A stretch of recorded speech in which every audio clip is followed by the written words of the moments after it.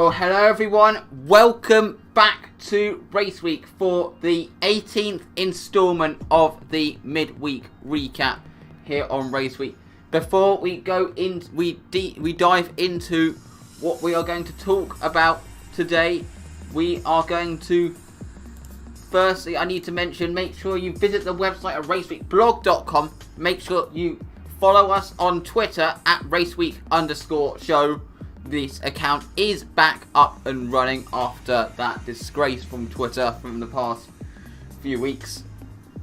And make sure you leave a like and subscribe to this YouTube channel for more RaceWeek content.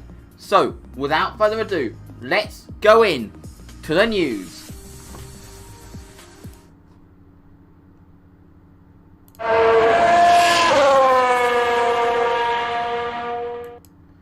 And there's only one bit of news to talk about today, but it is a big bit of news.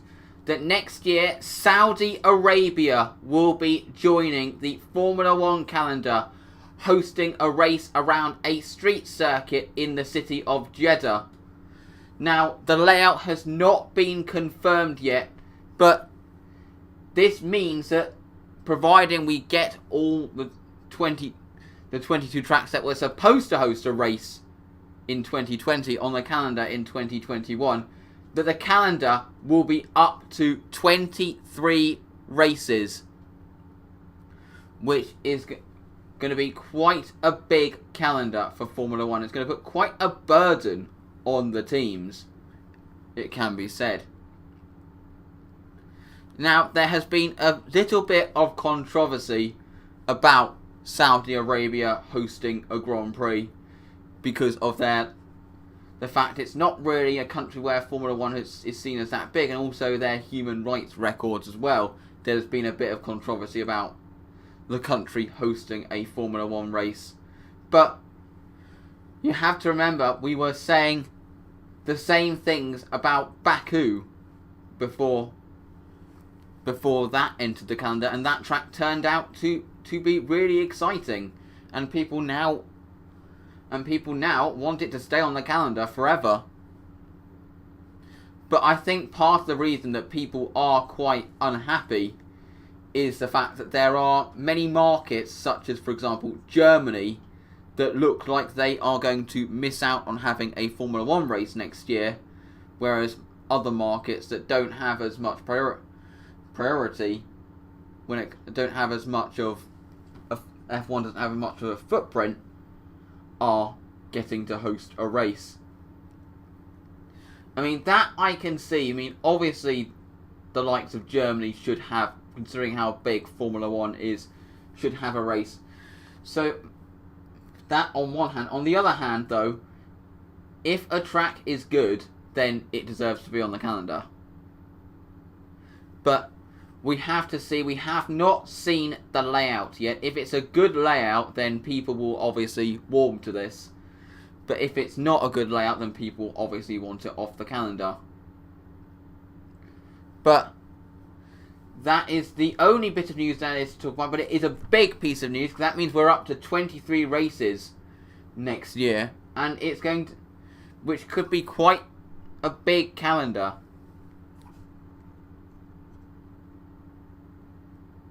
So now it's time to analyse a few of the events from last time out at Imola.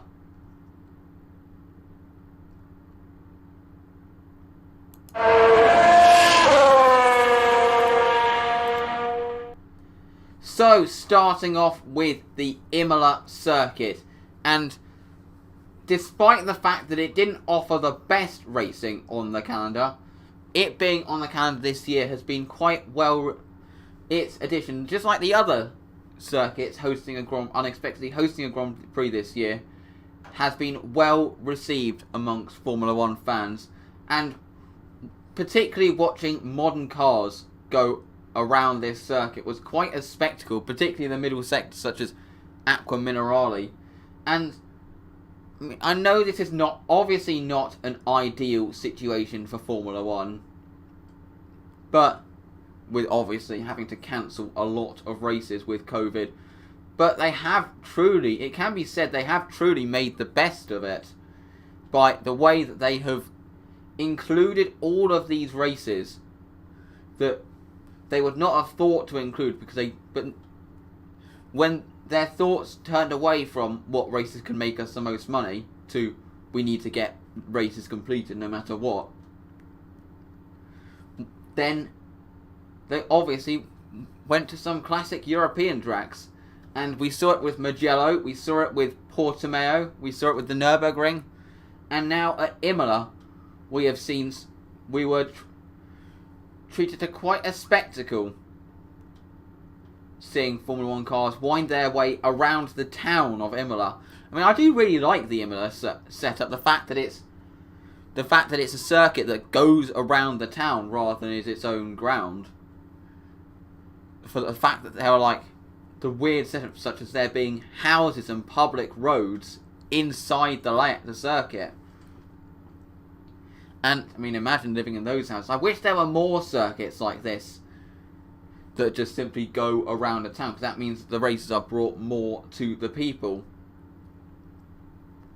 I wish there were more circuits like with that kind of setup in the future. Then next up we have to talk about Alex Albon and Red Bull. What do they do? Now, I think it can be said that Alex Albon's spin at the end of the Emilia-Romagna Grand Prix could end up being deadly for his Formula 1 future. I'm pretty sure that the likes of Marco and everyone will not have liked it. And it does appear that Alex is in a bit of a spiral when it comes to his confidence. That his confidence has kind of spiraled. Because his wheel-to-wheel racing, which previously was very good, is not good anymore. And he is in a kind of a spiral in his confidence. So, what do they do with him? Because they've retained Gasly at AlphaTauri, so that obviously closes the door to any promotion. But what are they going to do? It would be harsh, considering how much Pierre Gasly has made a second chance count. It would be a bit hard. It would seem a bit wrong not to give Alex Albon the same, to be honest. I mean, you have to put things into perspective. He was promoted to Red Bull midway through the season. He was good for a rookie driver in the first half of the season and getting better, but it was just too early, and he was gaining momentum in that Toro Rosso, and it's completely broken his momentum. So it was. I mean, I did kind of, as soon as Albon was promoted, I did kind of know this was going to happen. That he was going to struggle. It's quite an ask for the second. He had a harder task than Gasly. So it was always going to be a struggle for him. And finally, we have to talk about Mercedes. Something about this V6 hybrid era they have just gotten so right. It can be said. Something about this era. I mean, obviously when they started it was all about the engine department, and Mercedes were leaps ahead of the opposition. And they were like, you have to have a Mercedes engine to be competitive. And they were so. But to be able to keep all that up throughout these 7 years, and the thing is, I've said this many times. Every single year going into the season, it's all about how much can a Ferrari or a Red Bull catch up to Mercedes.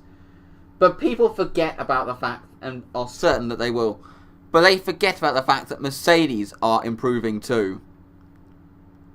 And then they turn up in pre-season testing with something utterly extraordinary. And this year it was the DAS. Wasn't just that the dash was extraordinary, but it showed that Mercedes were still meant business, and was basically a message to the field saying, catch me if you can. We are not stopping. And they are just simply the best team in Formula 1 right now. It has to be said, they are simply the best team in Formula 1. There's no way that you can deny that. Other teams that have a similar budget to Mercedes, such as, for example, Red Bull, Ferrari, Renault, for example, they just don't have the skills that the Mercedes team has. It takes more than just money to be as dominant. You have to have to be this dominant, it has to be a combination of having a lot of money and having a skilled team. And they have both of those, and then that's this winning combination.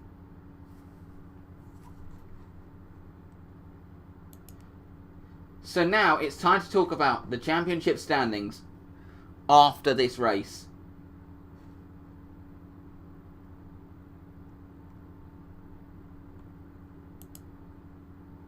So, talking about the drivers' standings, the championship standings after the Emilia-Romagna Grand Prix.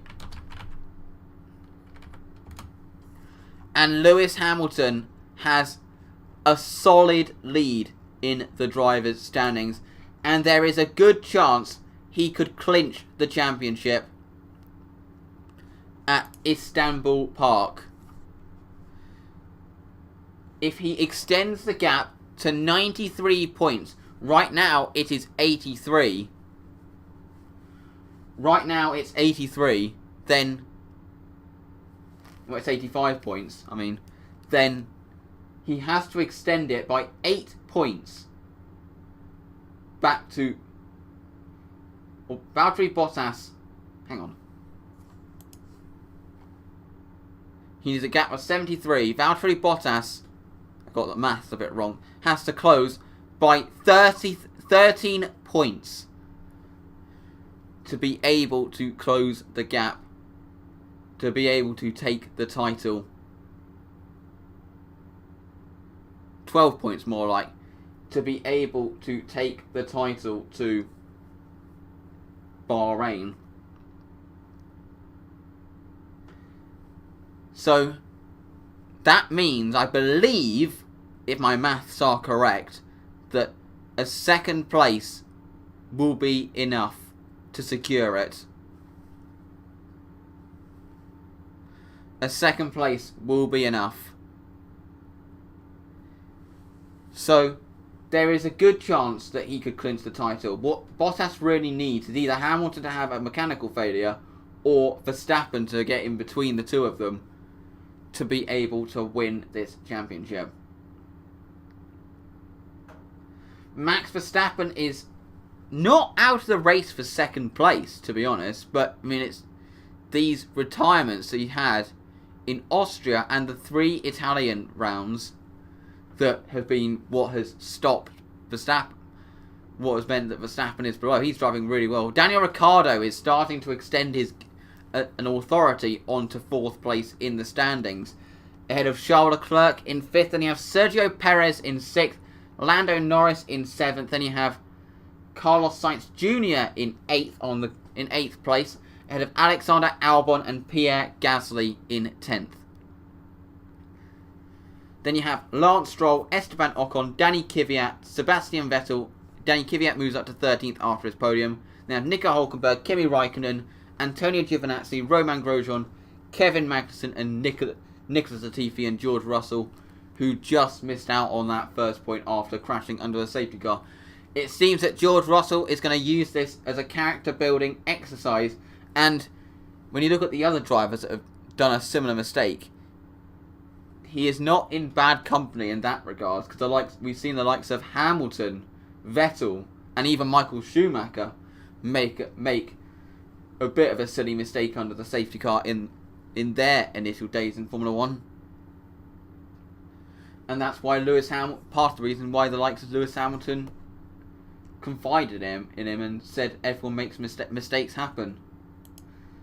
Looking at the Constructors' standings, obviously Mercedes are now Constructors' champions, and they have done it. They have an unassailable lead in the Drivers' standings, ahead of Red Bull in second place. And as I've said many times, they have just simply been leagues above the rest in the past few years. And it's not just that. Even in 2017 and 2018, when Ferrari had a car that could match up to them, they basically outdeveloped them and outperformed them operationally. Their gap is 253 points. Renault are now... The battle for third has gotten closer, separated by 1 point. Renault are now in third in the Constructors, ahead of McLaren and Racing Point, who are level on points for fourth.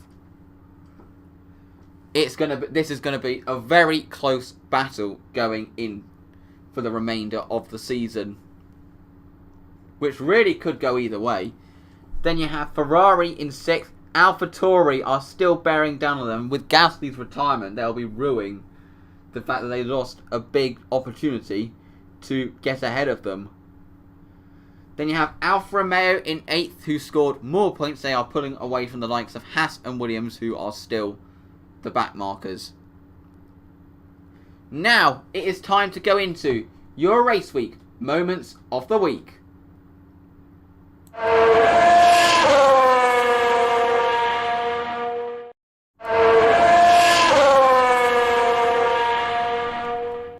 At number 5, we have Formula 1 returns to Imola. I mean, I've already kind of talked about this before, but F1 returning to Imola was a well-received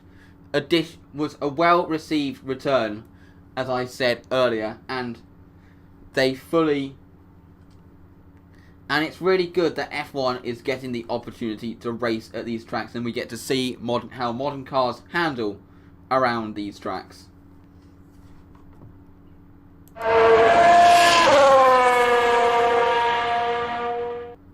At number 4, we have Russell binning it under the safety car. I think it can be said hearts sunk around the world when the cameras cut to that white and blue Williams in the barrier. But George Russell is using this as a character building exercise, and I'm pretty sure he will come back even stronger. Those first points are coming. I am pretty certain of that, and I'm pretty sure they will come before the end of the season. So George Russell just needs to get his head down, and he's shown that he is capable of it. It's all just about doing it.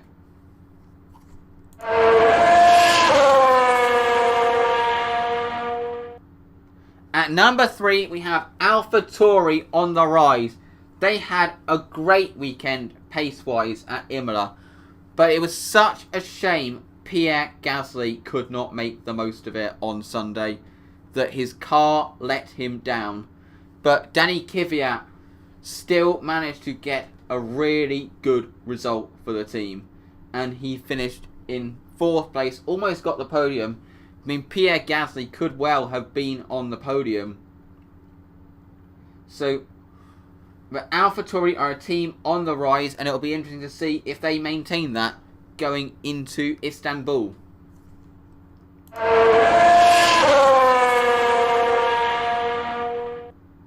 Next up, we have Daniel Ricciardo makes Hamilton do a shoey.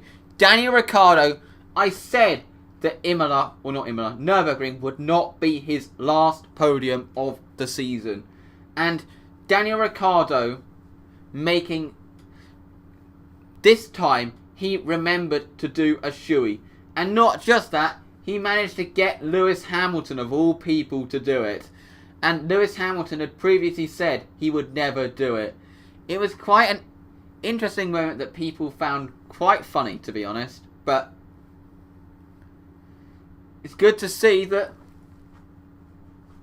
this obviously is good headlines and it created some good content for people to watch.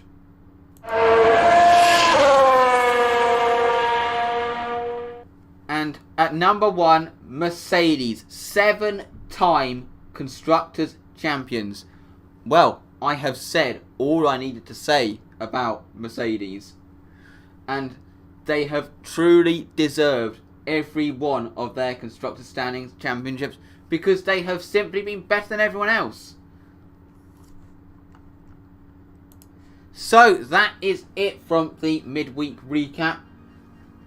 Thank you all for watching. Make sure you give the website at raceweekblog.com a visit. Make sure you follow us on Twitter at twitter.com/raceweek_show.